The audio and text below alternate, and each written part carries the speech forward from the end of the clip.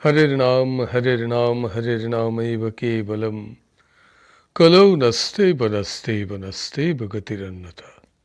श्री श्री गुरवे नमः। प्रेम भक्ति प्रदातारं आनंदनंद वर्धनम स्वर्णमयी सुतं वंदे जुगमाय मनोहरम विजय वल्लभां देवीं विजयानंद वर्धिनीं सदानंदमयीं सद्धिं जोगमायां नमाम्यहम्। गुरुर्ब्रह्मा गुरुर्विष्णु गुरुर्देव महेश्वर गुरुरेव परं ब्रह्म तस्मै श्री गुरवे नमः। ভক্তিভাজন শ্রীমৎ জগৎবন্ধু মৈত্র মহাশয় রচিত শ্রী শ্রী গোসাইজির জীবনী প্রভুপাদ বিজয়কৃষ্ণ গোস্বামী গ্রন্থ হতে পাঠ। আমরা গ্রন্থটির প্রথম পরিচ্ছেদ আগমনের প্রয়োজন নামক প্রসঙ্গটি আস্বাদন করিতেছি। মহর্ষি দেবেন্দ্রনাথ ও ব্রহ্মানন্দ কেশবচন্দ্র যে ধর্ম প্রচার করিলেন তাহার দ্বারা দেশের নৈতিক উন্নতি প্রভূত পরিমাণে সাধিত হইল।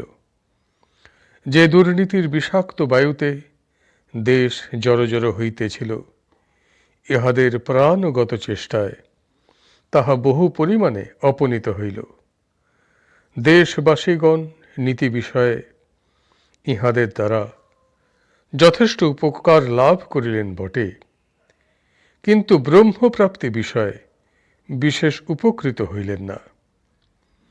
ব্রাহ্ম নেতৃদ্বয় যে পন্থা অবলম্বন করিলেন তাহা সমীচীন না হওয়াতে তাহারা সেই প্রণালীতে সাধন করিয়া নিজেরাও কৃতকার্য হইতে পারিলেন না, এবং যাহারা তাহাদের পন্থা অবলম্বন করিলেন তাহাদের আশাও সফল হইল না। যে পন্থা যে প্রণালী অবলম্বন করিলে ব্রহ্মলাভ ঘটে, ব্রাহ্ম নেতৃদ্বয় সে পথ না ধরিয়া ইহ সর্বস্ব বহির্মুখ পাশ্চাত্য প্রণালী অবলম্বন করিলেন, তাহা সম্পূর্ণভাবে নহে। তাহারা তাহার অনেক অংশ বাদ দিয়া প্রণালীটিকে সহজ করিয়া লইলেন। কাজেই ভগবৎ প্রাপ্তি বিষয়ে চিরদিনই তাহাদের আশা অপূর্ণ রহিল। আমাদের দেশের পূজ্যপাদ ঋষিগণ সদ্গুরুর নিকট দীক্ষা লইয়া কঠোর সাধন করিতেন, তবে তো তাহাদের ধর্মলাভ ভগবৎ প্রাপ্তি হইত। নানক, কবির প্রভৃতি ধর্মপ্রচারকগণও গুরুর নিকট দীক্ষা গ্রহণ করিয়া কঠোর সাধন করিবার পর সিদ্ধিলাভ করিয়াছেন। শাস্ত্রের অনুগত হইয়া না চলিলে, সদ্গুরুর নিকট দীক্ষাপ্রাপ্ত না হইলে কিছুতেই ব্রহ্মলাভ হয় না। সদ্গুরুর নিকট দীক্ষা গ্রহণ ব্রহ্মপ্রাপ্তির অব্যর্থ নিয়ম। এ নিয়ম না মানিলে কিছুতেই ভগবানকে পাওয়া যায় না। নান্য পন্থা বিদ্যতে অয়নায় यह शास्त्र विधि मुत्सृज्य वर्तते कामकारतः न सह सिद्धिं अवाप्नोति न सुखं न परां गतिम्। ভগবদ গীতায় ভগবান কৃষ্ণচন্দ্র বলিয়া গিয়াছেন যে ব্যক্তি শাস্ত্র বিধি না মানিয়া যথেচ্ছভাবে চলে, তাহার চিত্তশুদ্ধি, ঐহিক ও পারত্রিক সুখ এবং মোক্ষ লাভ হয় না। শাস্ত্র বহির্ভূত সাধন প্রণালী গ্রহণ করাতে ব্রাহ্ম নেতৃদ্বয় প্রকৃত ব্রহ্মজ্ঞান নিজে লাভ করিতে বা অপরকে দিতে সমর্থ হইলেন না। বৈষ্ণব সমাজেরও অত্যন্ত দুর্দশা হইয়াছিল। বৈষ্ণবগণের দুর্গতির দুই কারণ: প্রথম চরিত্রহীনতা, দ্বিতীয় বিজাতীয় সাম্প্রদায়িকতা ও গোঁড়ামি। কলি পাবন অবতার শ্রীমন মহাপ্রভু যে পবিত্র ধর্ম প্রচার করিয়া গিয়াছিলেন, বৈষ্ণবদিগের মধ্যে অল্প লোকই তাহা প্রতিপালন করিয়া থাকেন। চৈতন্যদেবের উচ্চ ধর্মের অনুশাসন অনুসারে চলেন বৈষ্ণবদিগের মধ্যে এরূপ লোকের সংখ্যা অধিক নহে। আমরা গোস্বামী মহাশয়কে অনেকবার বলিতে শুনিয়াছি যে ঠিক মহাপ্রভুর পন্থায় চলেন এরূপ বৈষ্ণব বেশি নাই। বৈষ্ণবগণের মধ্যে অনেকেই সংযোগী, অধিকাংশ বৈষ্ণবী যোষিত সঙ্গ অর্থাৎ স্ত্রী সঙ্গ করিয়া থাকেন। বৈষ্ণবী রাখা তাহাদিগের মধ্যে একরূপ প্রথা দাঁড়াইয়া গিয়াছে।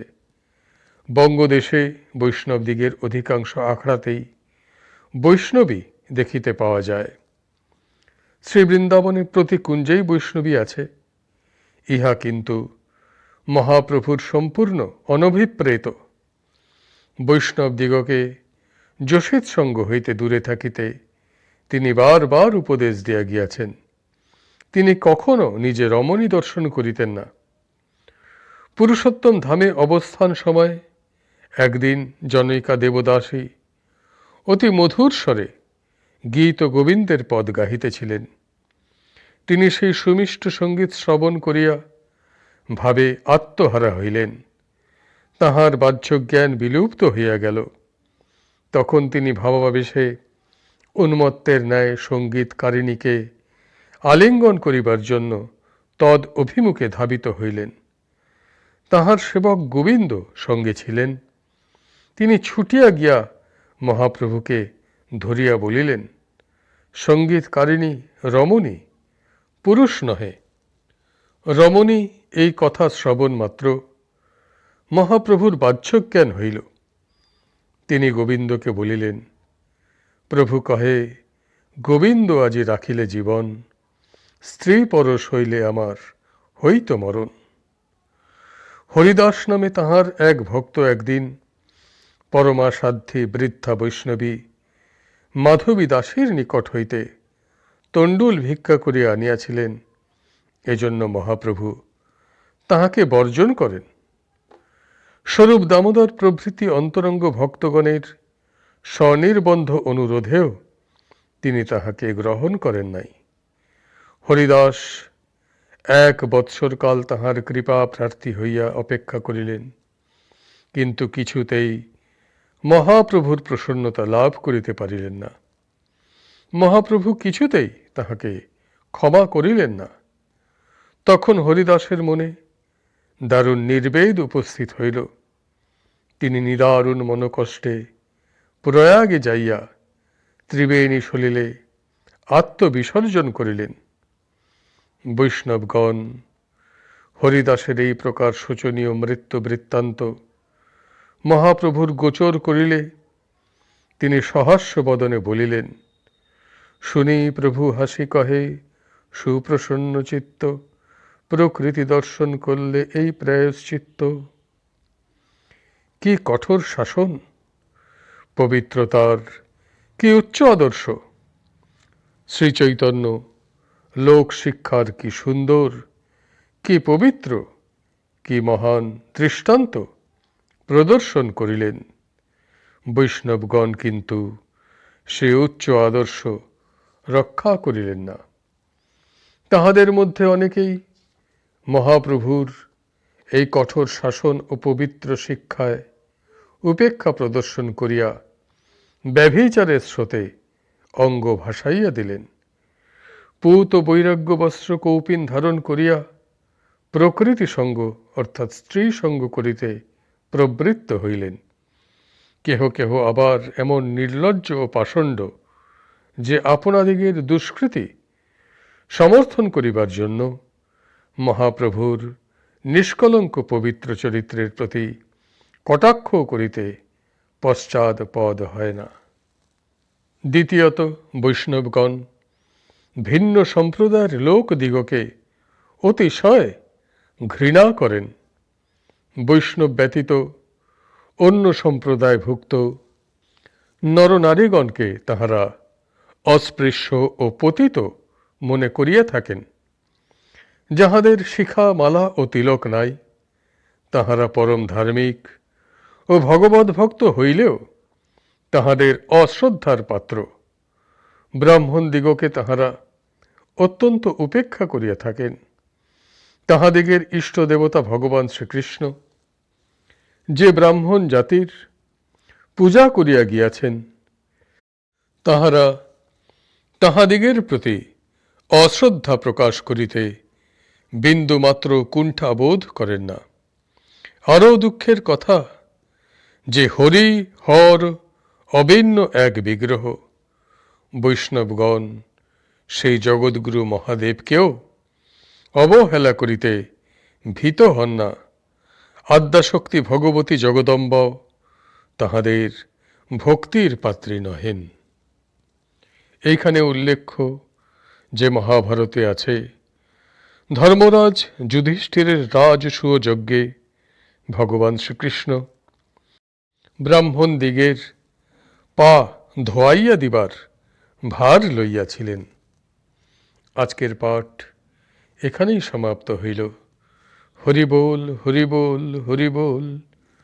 জয় গুরুদেব, জয় গুরুদেব, জয় গুরুদেব।